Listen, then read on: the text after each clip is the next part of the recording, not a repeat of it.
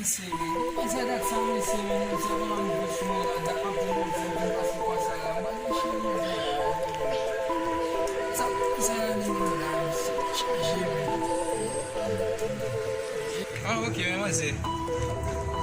Zati e. An ba la pli sa, wap lete rele mwen. Ou konen man rim la, wap lete rele. Mwen pat ko sorti, se mwen tak kon sorti kon de kagin koton. An ba mwase. An ben ba yon doa? Doa gen doa. Ki doa gen. An ben apre ma ou ki es? Koman? An ben ba mwen replase ma ou? Pale chou. A pou fè mwen? Konten mwen bezon, wan sat pase, wan gon bay la yi E, deja. sa mba reman sa mwen avon la, oui? Ki so ba yon?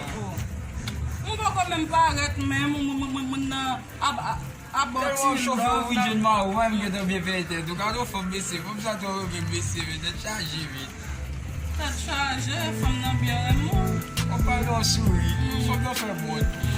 Mwen ma ou, mwen fòm mwen fwa chou ba. An de mwen a fè ba yi. Mbe, mba akon.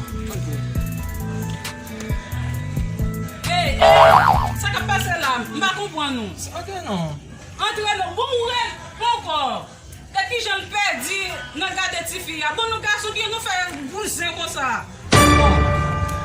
Wap ake mde gamen, konten Koman? mwen se kon sa, koman sa? Bon mwa sa ma ve wap gade la. Ok, ou menm tou. On ba la pli sa, ma ou nan ka ou, so di la. Kouman sa m perdi la? Ou so fòm chan, ou so may fòpte?